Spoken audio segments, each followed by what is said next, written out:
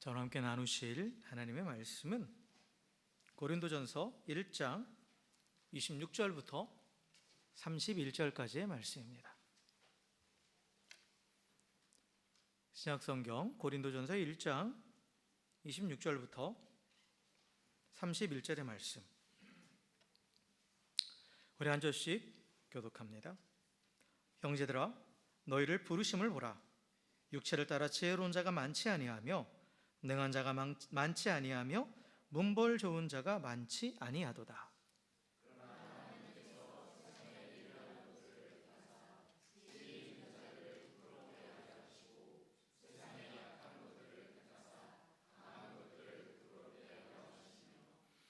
하나님께서 세상에 처하는 것들과 멸시받는 것들과 없는 것들을 택하사 있는 것들을 폐하려 하시나니,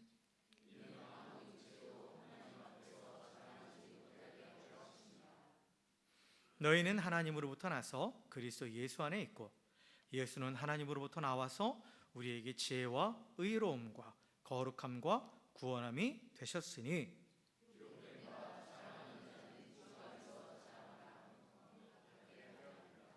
아멘. 아멘. 할렐루야. 할렐루야. 네, 옆에 계신 분하고 인사하겠습니다. 주의 사랑으로 사랑하고 축복합니다. 인사하겠습니다.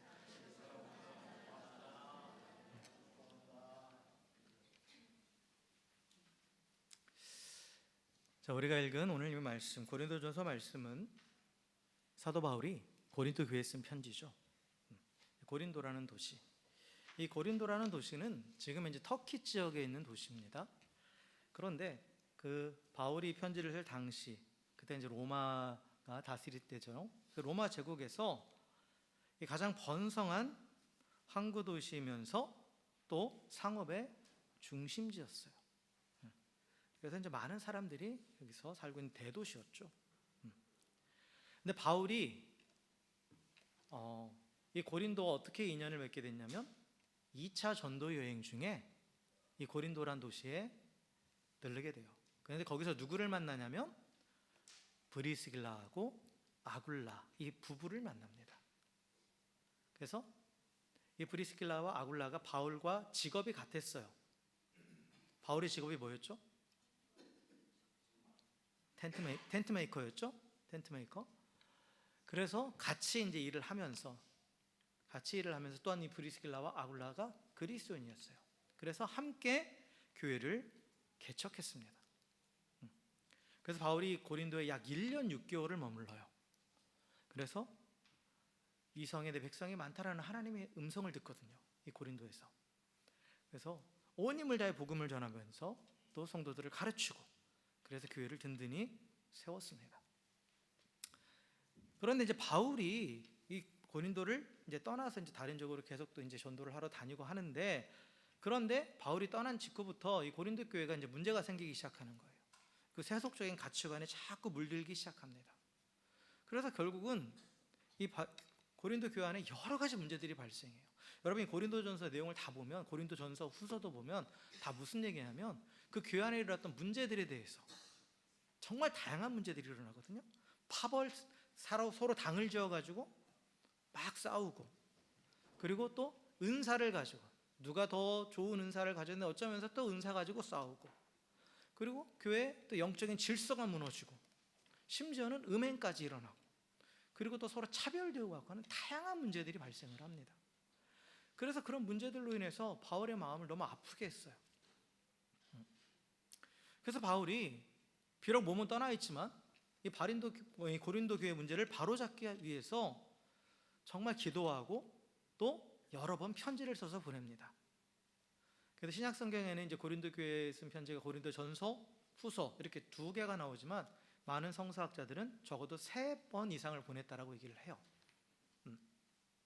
그러면서 이 안에서 발생한 다양한 문제들에 대해서 다 다룹니다.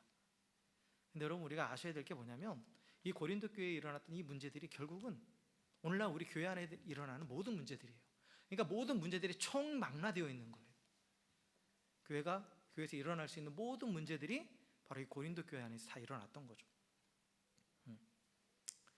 그래서 오늘 읽은 이 고린도전서 바로 그 첫 번째 편지인데, 이 내용을 보면 우리는 이제 오늘 이 23절부터 26절부터 읽었죠?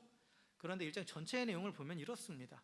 1절부터 이제 9절까지는 이제 편지니까 인사말을 해요. 그들의 평안을 빌어주면서 인사말을 쭉 합니다. 그리고 인사말이 끝나자마자 10절부터 뭐를 하면 그들의 문제를 신랄하게 지적해요. 그래서 가장 먼저 나온 문제가 뭐냐면 그들 안에 파벌이 있다라는 거예요. 당을 지어서 파티를 지어서 나는 누구에게 속했고 누구에게 이러면서 서로 싸웠다 이겁니다. 그리고 나서 이제 오늘 18절부터 2장 전체의 내용이 나오고 그리고 이제 3장부터 이제 구체적으로 이 교회 안에 있는 여러 가지 문제들에 대해서 하나하나 짚어가면서 조목조목 해결책을 제시합니다. 근데 이 구조를 잘 보시면 바울이 먼저 문제 제기를 한단 말이에요. 고린도 교회 문제를 먼저 딱 제기를 하고 그리고 나서 바로 그 해결책을 제시한 게 아니에요. 갑자기 뭘 얘기해요? 복음을 얘기합니다. 18절부터 1장 18절에 이렇게 돼 있어요. 십자가의 도가 멸망하는 자에게는 미련한 것이요 구원을 받는 우리에게는 하나님의 능력이라 라고 하면서 십자가의 도가 바로 복음이거든요. 십자가에 달려서 죽으신 예수가 우리 구원자이시다. 그게 바로 십자가의 도예요. 그리고 복음을 쭉 전하는 거예요. 18절부터 2장 전체에 이르기까지. 왜 이렇게 이 얘기를 했을까? 왜 갑자기 복음을 얘기했을까? 문제 해결책을 제시하지 않고 먼저 복음을 전했을까? 그 이유가 있겠죠. 이게 뭐냐면 바울은 분명히 알았어요. 교회 안에서 발생하는 모든 문제의 근본적인 원인은 뭐다? 복음을 잃어버렸기 때문이다 그러는 거예요. 교회 안에서 발생할 수 있는 모든 문제는 너 때문도 아니고 또 교회 안에 어떤 잘못된 제도의 문제도 아니고 그 근본, 그 바탕 안에 뭐가 있냐? 복음을 잃어버렸기 때문이다 이거예요. 복음을. 왜냐? 복음이 교회의 본질이기 때문에. 교회의 반석이죠. 그렇죠? 복음이 교회의 반석이고 이 복음 위에 교회가 세워졌단 말이에요. 기독교의 본질은 복음입니다. 그래서 이 본질인 이 복음을 제쳐두고 다른 것들에 막 매달린 거예요, 교회가. 그래서 대표적으로 지금 이 고린도 교회가 복음을 버리고 붙잡았던 게 뭐냐면 지혜, 그리고 은사, 뭐 이런 것들이었어요. 그러니까 비본질적인 것에 신경을 쓰다 보니까 본질인 복음을 잃어버리게 되는 거예요. 그러다 보니까 교회가 병들기 시작하는 겁니다. 그리고 그 결과 다툼이 일어나는 거예요. 그래서 이 고린도 교회에 나타난 여러 가지 문제들, 그 문제들에 대한 근본적인 해결책은 뭐다? 복음을 회복하는 것이다 라는 거예요. 교회의 본질인 복음으로 돌아가야만 그 당면한 여러 가지 문제들을 근본적으로 해결할 수 있다 이거예요. 여러분, 우리 몸을 병이 났을 때도 마찬가지예요. 나타나는 증상만 치료한다고 그 병이 해결되는 게 아니잖아요. 그 증상이 어디서부터 비롯됐는지를 알아야 되는 거죠. 그래서 그 부분을 치료를 해야 되는 거죠. 그래야만 완전한 치료가 일어나는 거예요. 안 그러면 증상만 그냥 트리트먼트만 한다고 해서 그 병이 고쳐져요? 아니죠. 오히려 더 악화되는 거죠. 그래서 바울이 이 고린도 교회에 있는 문제들을 하나하나 구체적으로 그 문제들을 이야기하고 그 해결책을 제시하기에 앞서서 가장 근본적인 부분을 다루고 있는 거예요. 교회가 복음을 잃어버렸기 때문에 이렇게 된 것이다. 그래서 바울은 이 문제를 해결하기 위해서 가장 먼저 한 게 뭐냐? 복음을 전한 거예요. 복음을 전한 겁니다. 다 알고 있다고 생각하고 내가 믿고 있다고 생각하는 그 복음을 다시 전한 거예요. 왜냐?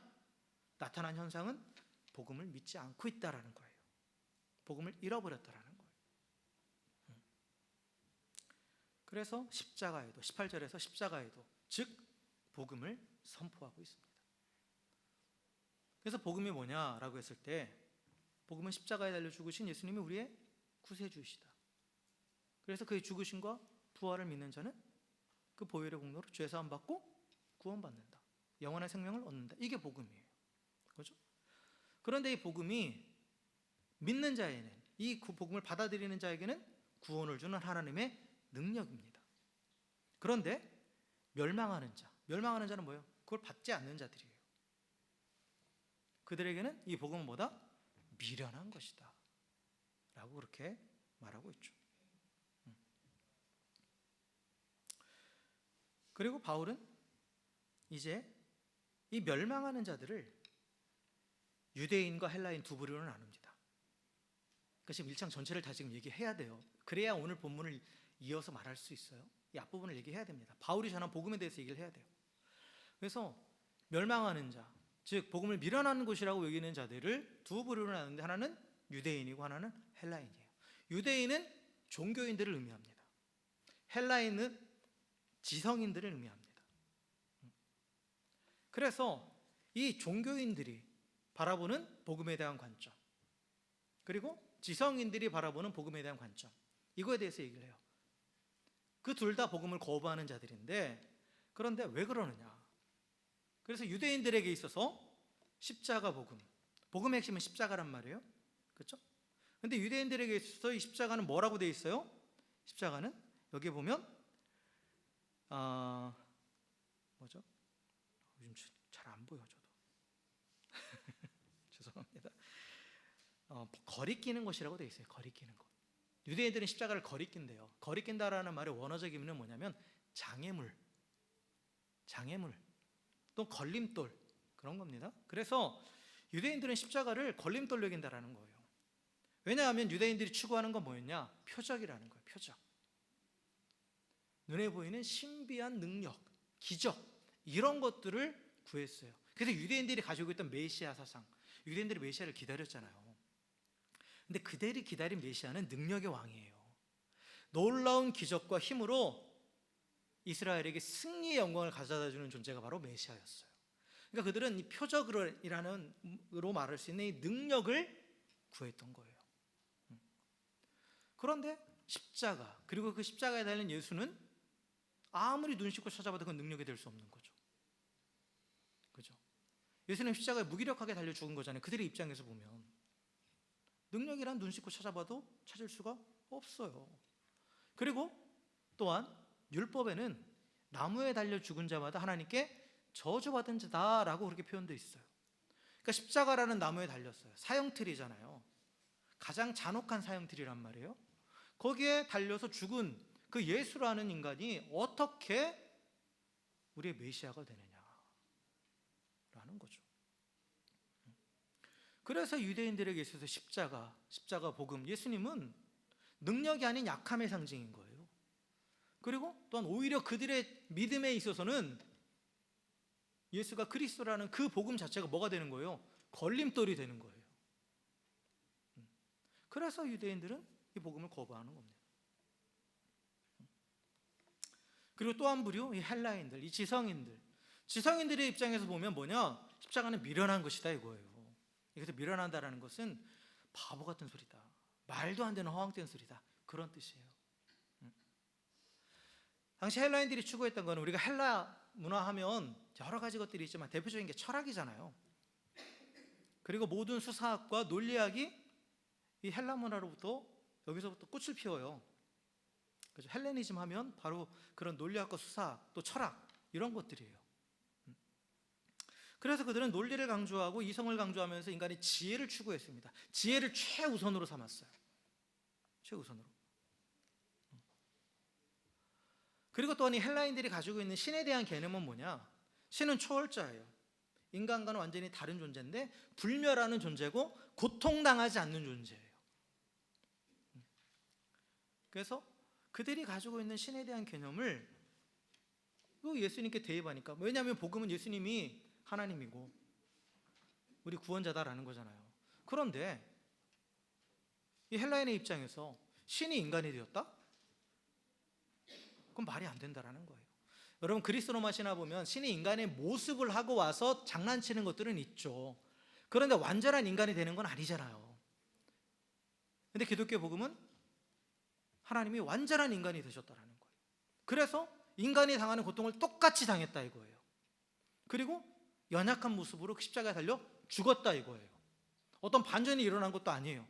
십자가에서 갑자기 힘을 회복해가지고 그 모든 대적들을 물리친 그것도 아니에요. 그냥 무기력하게 죽었어요. 그러니까 그들의 논리로는 이해가 안 되는 거예요. 어떻게 신이 저럴 수 있어? 또한 그들이 가지고 있는 세상적인 지혜, 논리는 뭐냐면, 세상을 지배하는 확실한 논리가 있어요. 그건 뭐냐? 기브 앤 테이크예요. 내가 노력한 만큼 보상받는다. 공로와 보상 체계가 철저하죠. 그게 논리적인 거예요, 이들의 입장에서는. 그런데 십자가의 복음은 뭐를 말해요? 아무것도 하지 않아도 하나님이 다 해주신다. 그걸 믿기만 하면 된다.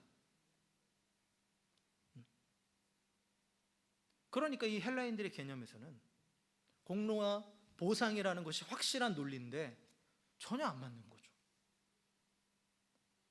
십자가에 담겨있는 은혜의 법칙, 그들의 입장에서 봤을 때는 헛소리인 거예요. 이거는 전혀 논리적이지 않은, 되게 보면 비논리의 끝판왕인 거죠. 그래서 헬라인들은 이 십자가를 미련한 것으로 여기고 십자가의 복음을 거부한 겁니다. 근데 바울은 그 십자가가 뭐다? 하나님의 지혜요, 하나님의 능력이다라는 거예요. 그 십자가가. 헬라인들은 미련하다고 말하고 유대인들은 걸림돌이라고 말하는 그 십자가가 바로 하나님의 완벽한 지혜고 하나님의 완벽한 강력한 능력이다라는 것을 강조하고 있습니다. 왜 십자가가 하나님의 지혜냐라고 했을 때, 결국은 하나님께서 지금 이 복음이나 십자가나 또 여러 가지 것들에서 가장 핵심은 뭐냐면 인간의 구원이에요. 구원. 이 인간의 구원을 위해서 하나님께서 주신 방법이 십자가란 말이에요. 근데 이게 왜 지혜냐라고 했을 때, 하나님은 거룩하시고 공의로우신 분이죠. 그래서 죄에 대해서는 반드시 심판하셔야 돼요. 죄를 심판하지 않으면 하나님의 공의가 손상이 됩니다. 하나님이 더 이상 하나님일 수 없어요. 그런데 동시에 하나님은 그 죄인들을 사랑하십니다. 그들이 멸망하는 걸 원치 않으세요. 그런 사랑의 하나님이기 때문에 또 죄인들을 심판해서 완전히 멸해버리면 그 하나님의 사랑이 훼손되는 거예요. 하나님의 존재, 하나님 성품의 가장 큰 두 개의 축인 이 공의와 사랑, 그럼 이 두 가지를 어떻게 만족시킬 것이냐? 그게 바로 십자가다 이거죠. 하나님이 직접 인간이 되셔서 대신 그 모든 죄의 값을 짊어지신 그 자리가 바로 십자가죠. 이거는 인간의 생각으로는 도저히 할 수 없는 거예요. 인간의 지혜로는 도저히 나올 수 없는 방식입니다. 왜냐하면 인간은 공로와 보상에 대한 철저한 원칙이 있기 때문에. 그런데 내가 다 짊어지고 간다, 이 은혜의 법칙을 절대로 생각해낼 수 없는 거죠. 그래서 하나님은 십자가에서 죄인 대신 그 벌을 다, 죄에 대한 심판을 다 받으셨어요. 그래서 완전히 죽으셨죠. 그럼으로써 하나님의 공의를 만족시키셨습니다. 동시에 또한 당신이 죽으심으로 인해서, 당신이 벌을 받으심으로 인해서 또한 심판받아 죽어야 될 인간에게 생명을 주시는, 그럼으로써 그 당신의 사랑을 보여주셨죠. 그래서 십자가가 하나님의 지혜라는 거예요. 하나님의 공의와 또한 사랑을 만족시킨, 동시에 만족시킨 기막힌 지혜의 산물이 바로 십자가라는 거죠. 그리고 또한 십자가는 뭐냐? 무능함의 상징이 아니라는 거예요. 십자가는 능력이라 이거예요. 어떤 능력이냐? 죄와 죽음의 권세를 깨뜨린 능력이라는 겁니다.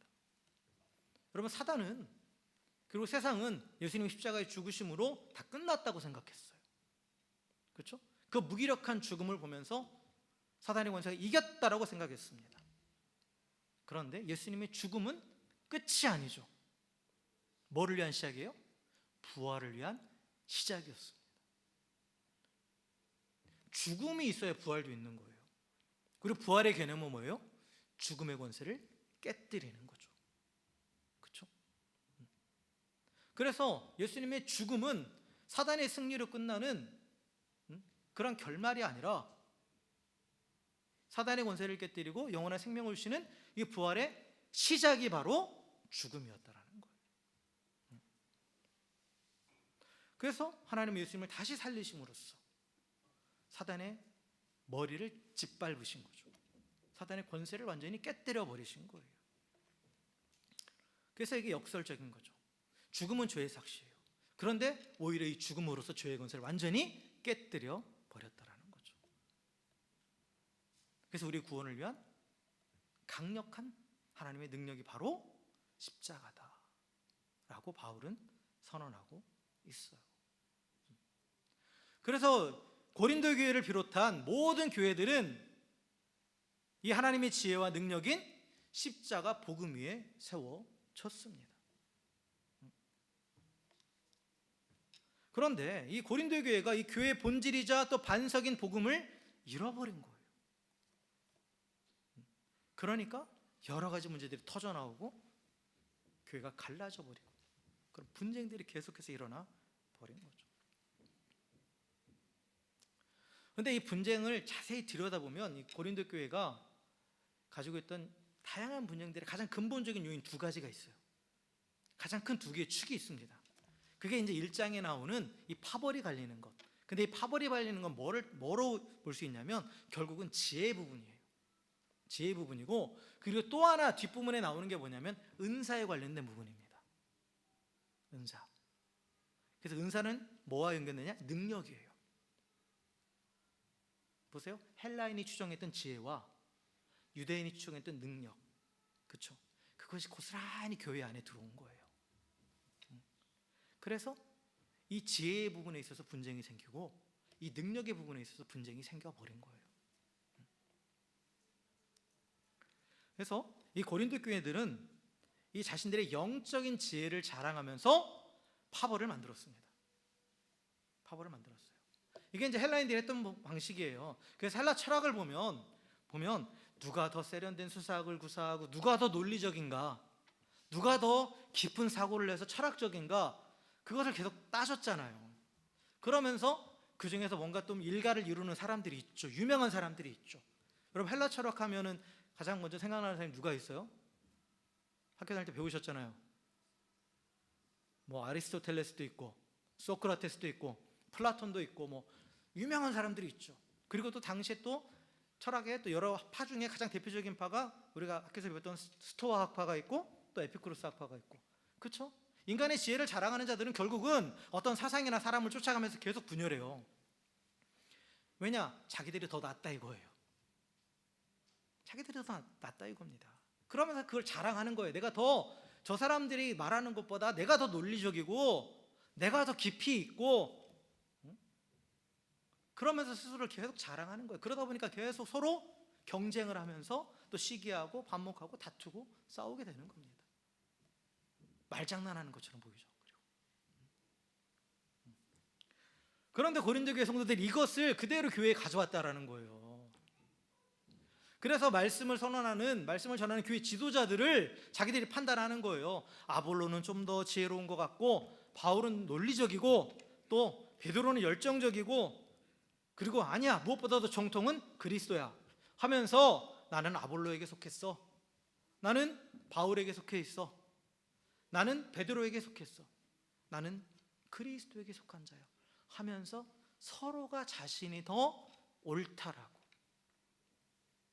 내가 더 지혜롭다라고, 내가 더 하나님을 잘 안다고, 진리를 더 잘 안다고 그렇게 자랑하며 싸웠던 거예요.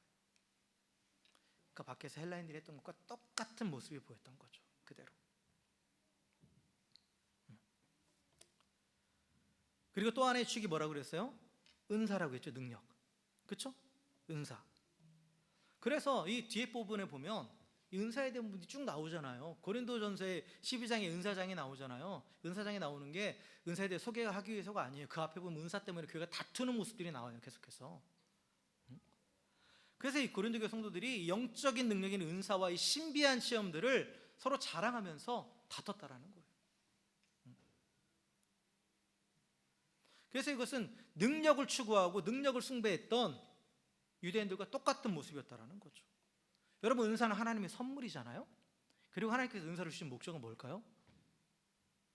너 잘났다라고 자랑하라는 게 아니라 섬기라고 주신 거예요.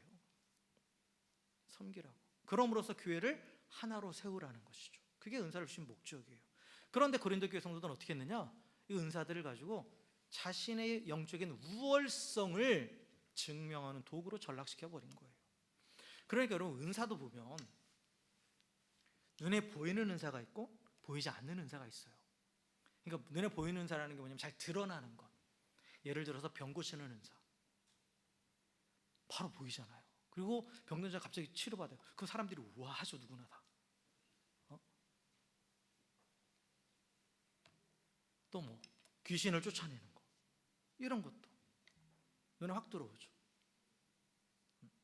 그런데 또 로마서에도 보면 은사에 대해서 쭉 나오는데, 거기 보면 섬기는 은사 안 보이죠? 안 보여요. 믿음도 은사라고 나와요. 믿음의 은사 보이지 않아요. 그러니까 어떤 일이 벌어졌냐면, 그러니까 이 초대교회, 특별히 고린도 교회 은사가 왕성하게 일어난 거예요. 성령께서 역사하셔서. 그런데 이 눈에 보이고 신비하고 화려한 은사를 가진 사람들이 더 높이기 시작하는 거예요. 그리고 스스로도 자신을 자랑하기 시작하는 거예요. 그러면서 또 상대적으로 잘 보이지 않는 은사를 가진 사람들, 아예 드러나지 않으니까 은사를 받지 않았다라고 하든지, 아니면 그들을 무시하는 성향이 생겨버린 거죠. 그러니까 영적 계급도가 만들어져 버린 거예요. 최고의 은사를 가진 사람은 누구냐? 예언하는 사람. 그 다음은 뭐 병 고치는 사람. 이런 식으로 계급도를 만들어 버린 거예요. 능력을 추종하면서 눈에 보이는. 여러분, 섬기라고 주신 은사, 하나됨을 위해서 주신 은사가 오히려 그의 분열을 조장하게 된 거죠. 그러니까 이게 복음을 거부하는 유대인들의 모습과 다를 게 뭐냐 이거예요. 지혜를 자랑하는 모습을 보면서 저 헬라인들과 너희들이 다를 바가 뭐냐 이겁니다. 똑같다라는 거죠. 그리고 지혜를 자랑하고 은사를 자랑한다고 했을 때, 자랑하다라는 말, 이게 가지고 있는 원어적인 의미는 목을 곧게 세우다라는 거예요. 목을 곧게 세운다. 교만을 의미하죠. 교만을 의미합니다. 그리고 여기서 우리가 중요하게 알아야 될 원리가 있어요. 여러분, 그냥 자랑하는 것은 자랑하는 걸로 끝나는 게 아니에요. 그게 다툼으로 이어지는 메커니즘이 있어요. 자, 자랑하는 것. 사람이 누군가 뭔가를 내가 자랑하고 있다라는 건 뭐냐면, 내가 그걸 의지하고 있다라는 거예요. 내가 그걸 의지하고 있다라는 겁니다. 근데 이 자랑한다라는 게 꼭 내가 뭘 잘해서만 드러낸다, 그런 의미가 아니에요. 내가 그걸 간절히 갈망하는 것도 똑같은 자랑하는 거예요. 누군가 그걸 가지고 있는 거 보고 시기하고 질투하고 있다, 그럼 나도 그것을 자랑하고 있는 것과 똑같은 거예요. 결국은 그건 뭐냐? 내가 의지하는 거예요. 내가 의지하는 겁니다. 그러니까 고린도 교인들이 복음이 아니라 자신의 지혜와 또 내가 가진 은사, 능력을 내세우면서 자랑했다라는 것은, 그들은 목이 꼿꼿하게 서서 하나님보다 나의 지혜, 하나님보다 내 능력, 그것을 더 의지했다라는 거예요. 그리고 하나님보다 더 자랑하는 것, 하나님보다 더 의지하는 것, 그게 뭐죠? 그게 우상이죠. 그게 우상입니다. 하나님보다 더 앞에 두고 더 추구하고 그것에 대해 삶의 의미를 찾고 그것에 내 삶을 세워가는 것, 그게 바로 우상숭배예요. 그런데요, 이 우상숭배는 결국은 그 기저에 깔려있는 그 마음이, 성경은 뭐라고 말합니까? 우상숭배가 곧 뭐다? 골로새서에 보면 탐심이다라고 말합니다. 탐심. 성경은 이 우상숭배와 탐심, 이 탐욕을 바로 연결시켜요. 항상 구약에서도 마찬가지예요. 십계명의 제1계명이 뭐죠? 물어보셔요. 여러분들이 좀 정신을 차리세요. 십계명 제1계명 아시잖아요. 뭐예요? 너는 나 외에 다른 신을 섬기지 말아라. 우상숭배하지 말아라죠. 마지막 십계명은 뭐예요? 내 이웃의 것을 탐내지 말아라.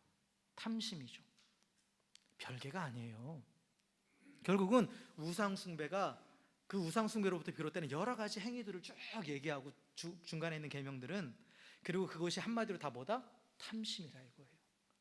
그래서 우상숭배는 탐심이에요. 그 탐심이라는 건 뭐냐? 철저하게 자기중심적인 마음, 자기 이기적인 마음이에요. 이기적인 마음을 가진 사람들과 자기중심적인 마음을 가진 그 사람들만 모여 있으면 어떻게 되는 거예요? 분쟁이 일어나는 거죠. 서로 자기의 이익만을 추구하니까. 세상이 평화가 없는 이유가 바로 여기 있는 거예요. 아무리 훌륭한 지도자가 나와도, 아무리 과학기술이 발달하고 인간의 지성이 발달해도 전쟁이 끊이지 않고 계속해서 정말 말도 안 되는 것 같고 싸우는 것 같고 저게 말이 돼라고 하지만, 그 근본적인 원인은 모두가 탐심의 지배를 받고 있기 때문에 그런 거예요. 이게 죄의 본성이죠. 자기중심적으로 자기 이익만을 추구하기 때문에 결국은 싸움이 그치지 않는 거예요. 그러니까 고린도 교회도 결국은 뭐다? 우상 숭배로 인한 마음의 탐심에 사로잡혀 있기 때문에 결국은 다투고 분열하고 분쟁하고 있다라는 거예요. 그래서 결국은 이 자랑하는 것, 내가 무엇을 자랑하는가, 그것이 나의 우상이고, 그것으로 인해서 나는 마음의 탐심의 지배를 받고 있고, 그 결과 계속해서 싸우고 분열하게 된다라는 겁니다. 그래서 바울이 오늘 본문에서 하는 얘기가 뭐냐, 26절부터 29절까지 무엇을 얘기하냐면, 너희가 하나님께 택함 받은 것은 너에게 자랑할 만한 것이 있어서가 결코 아니다라는 것을 상기시켜줘요. 그 복음의 원리를 다시 상기시켜줍니다. 그래서 바울이 직설적으로 말합니다. 너희 세상 기준으로 봤을 때 지혜로운 자, 능력 있는 자, 문벌 좋은 자, 문벌 좋은 자가 배경이 좋다라는 거예요. 우리식으로 하면 이제 금수저. 그런 사람 교회 안에 거의 없다. 너희는 대부분 누구도 눈여겨보지 않고 누구도 인정해주지 않는 그런 아무것도 아닌 자였다 이거예요. 노바디였다라는 거죠. 노바디였다라는 거예요. 그런데 하나님이 일부러 미련한 우리들을, 약한 우리들을, 천한 우리들을 택하셨다라는 거예요. 그럼으로써 세상의 지혜와 능력을 패하시려 했다라는 거죠.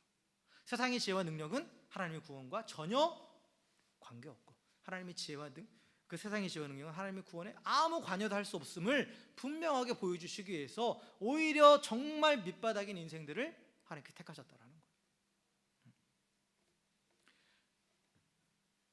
그래서 세상의 지혜와 능력이 구원을 위해서 아무 소용도 없음을 보여주심으로써 아무 육체도 하나님 앞에 자랑하지 못하게 하려 한다는 거죠. 내세울 게 아무것도 없다라는 거, 하나님 앞에서. 그래서 바울이 다시 한번 여기서 짚고 넘어가는 게 뭐냐면, 구원은 뭐다? 전적인 하나님의 은혜다 이거예요. 우리가 어떤 자격이 되고 자랑할 것이 있어서 구원받은 게 절대 아니다라는 거죠. 이 원리로 구원받은 성도가 나의 지혜와 능력을 자랑하고 있다? 이 얼마나 아이러니한 거냐. 나의 능력과 지혜를 자랑하고 있다는 것은 결국 구원의 은혜를 잊어버렸다는 거예요. 그러니까 다시 복음으로 돌아가야 된다는 거죠. 그래서 이 고린도 교회 회복을 위해서 바울이 복음을 제시하는 거예요. 구원의 은혜를 기억하라는 거예요. 다시 처음으로 돌아가라 이거죠. 그래서 바울이 분명하게 말합니다. 지금 너를 지탱하고 있는, 우리를 지탱하고 있는 이 모든 것이 다 어디로부터 왔다? 그리스도로부터 왔다 이거예요.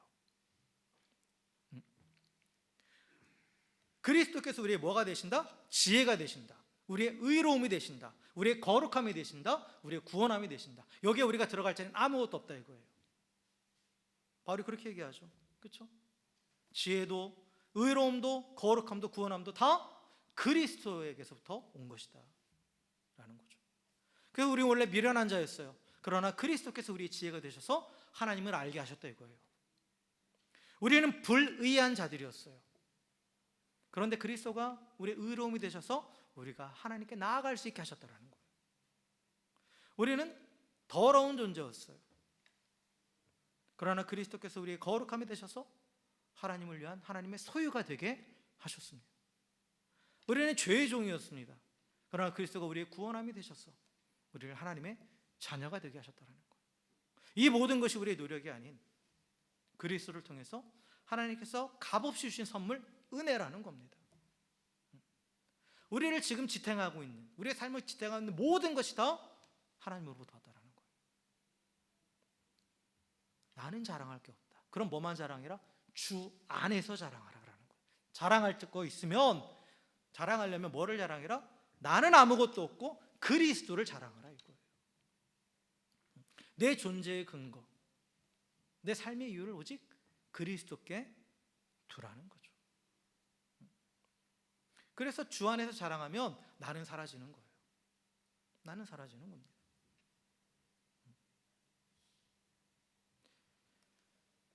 그리고 그리스도만을 바라보고 자랑하면 결국은 나는 어떤 자다?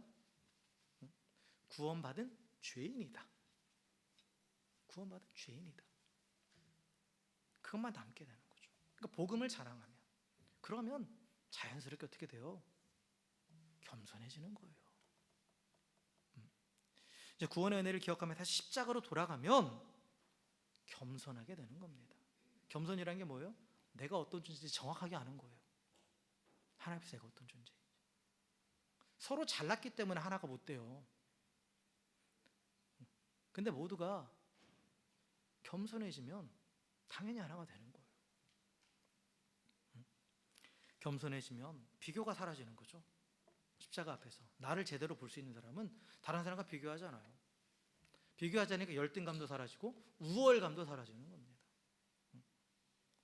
그리고 또한 그 십자가 앞에서 뭐를 깨닫느냐? 아무 자격 없는 내가 하나님의 그 무한한 사랑을 받았다는 걸 깨달아요. 하나님께서 나를 용납해 주셨다는 거. 아무 자격 없는데. 그렇기 때문에 나도 다른 사람을 용납하게 되는 거예요. 내가 다른 사람을 용납하지 못하는 이유는 그 사람에게 문제가 있어서가 아니에요. 하나님이 나를 용납하셨다는 사실을 잊어버렸기 때문에 그런 거예요.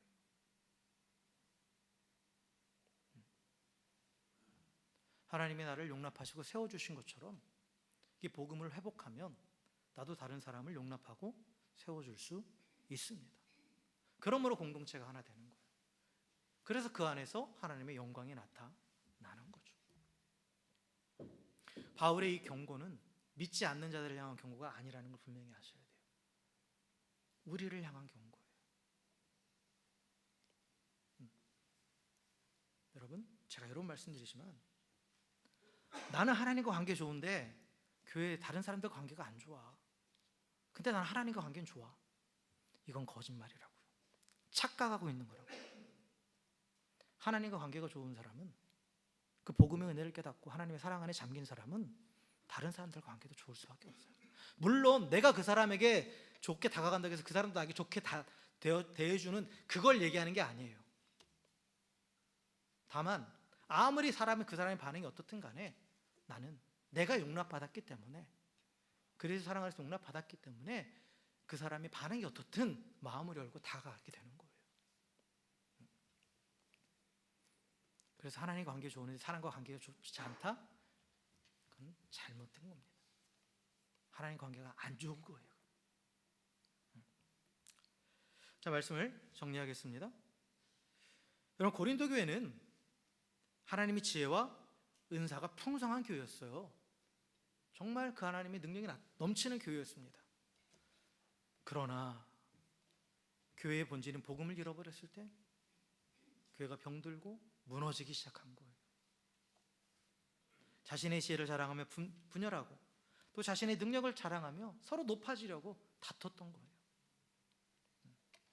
그래서 바울은 이들을 향해서 먼저 너의 처음 모습을 기억하라고 말합니다. 본래 미련하고 약하고 천한 아무것도 아닌 자였음을 기억하라 이거예요. 그리고 요한계시록의 표현처럼 처음 사랑을 회복하라 이거예요. 예수 그리스도의 십자가의 은혜로 아무 조건 없이 받은 그 구원의 은혜를 기억하라 이겁니다.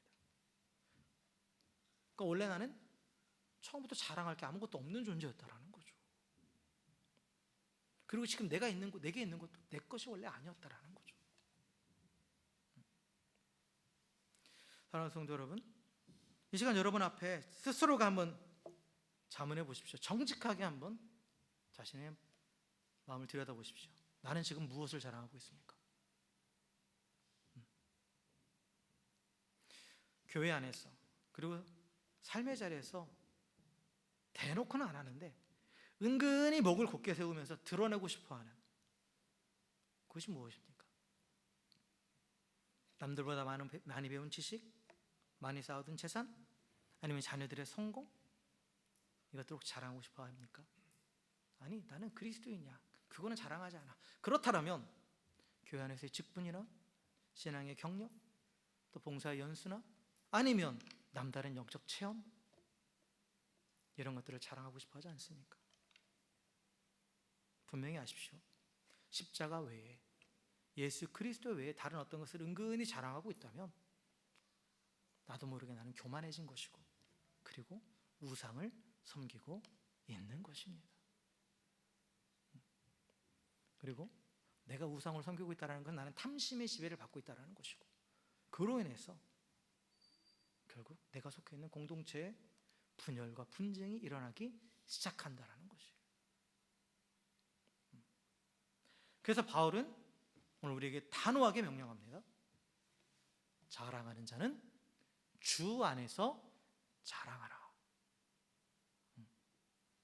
주 안에서 자랑한다는 것은 나를 부인하고 내 존재의 근거를 오직 예수 그리스도께만 두는 것입니다. 내가 완전히 사라지고 그리스도만 자랑할 때 분쟁은 그치게 되는 거예요.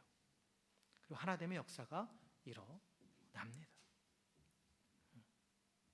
사랑하는 성도 여러분, 우리를 위해 십자가를 지신 예수 그리스도만을 자랑하시길 주의 이름으로 축원합니다. 내가 받은 그 값없는 은혜, 그 구원의 은혜를 날마다 기억하며, 그래서 그 은혜 안에 담긴 그 십자가의 사랑으로 내가 속해 있는 가정과 교회 공동체의 하나됨을 온전히 이루어 가시길 주의 이름으로 간절히 축원합니다. 그래서 내가 가는 곳마다 하나됨의 역사가 일어나고 그 안에서 구원의 기쁨이 넘치고 평강이 넘치고 그로 인해 하나님의 영광을 나타내는 그런 복된 삶을 살아가시는 저 여러분 우리 모두가 되기를 다시 한번 주님의 이름으로 간절히 축원합니다. 함께 기도하시겠습니다.